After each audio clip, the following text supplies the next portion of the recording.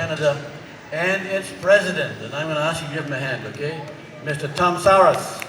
Tom, stand please and take your applause. There you are. There you are. The applause gets louder the longer we stay, Tom.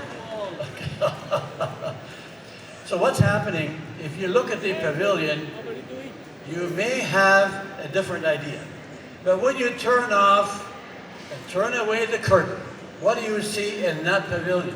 It is more than simply an association of 250 newspapers and TV stations and radio programs. Yes, it is more. It is much more. Because what happens is that this pavilion really represents a special idea, and that is that Canada is the first international country. I repeat, Canada is the first international country. And what does that mean? That means that this booth is really the leading cause of our country. And that would really mean, when you think about it, that Canada is giving its citizens something very special. And what is that? It's giving you the idea that we are a people who believe in justice, we believe in freedom, we believe in compassion. And those are the values that this booth is representing. And those are the values of our country called Canada. But what we don't like to see, what we abhor to see, is the opposite, and that is prejudice and discrimination. And so, my friends, we're here today to celebrate still one Canada, and to celebrate the achievements of the National Ethnic Press and Media Council of Canada. So now, what we're going to do is to invite the President to say a few words, and after that, I will direct you around. Thank you very much. Tom Saras. Thank you. Every year when I'm coming here, I feel like a politician. You know, to some extent, you feel like being in a theater, the first move, and then a politician, but they are almost relatives, politicians, theaters.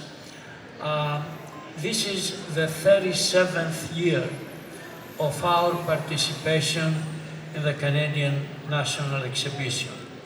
For 37 years, I managed to be here every year, and every year to say hello to everyone. I want to thank you all for coming down this year so early. It was because of the setting of the stage. I don't want to come and have a fight with them, so we decided to be very, very quiet. As Tony said, we stand for a united Canada. We stand for a multilingual Canada. We stand for our communities. We stand for our peoples that equally they face, they are citizens of this great country, despite the mother tongue they have, the language they speak at home, or the language they speak in their own community. We retain here our status as citizens, and we continue. The ethnic press survived many challenges the last few years, and still we are going strong. And still the publications of the ethnic press, of the ethnic communities, remain to be the only individual and free publications in this country. The mainstream media, they manage to have among them one serves of the other, and in final analysis, they are coming only with the same language and the same exactly status. On us, every publisher, every editor-in-chief has his own ideas, and he is presenting with freedom those ideas to his community, to his readership.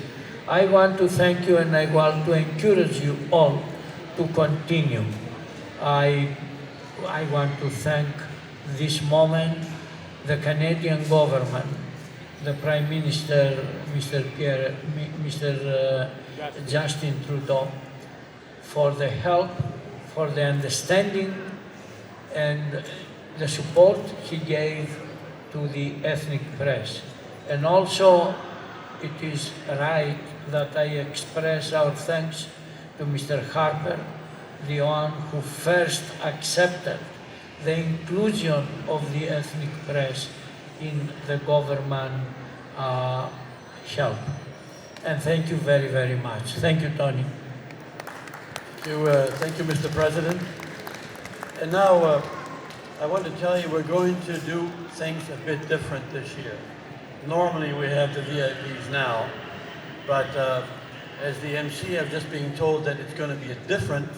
So what I'm going to ask you to do is go over to the pavilion. We'll cut the ribbon.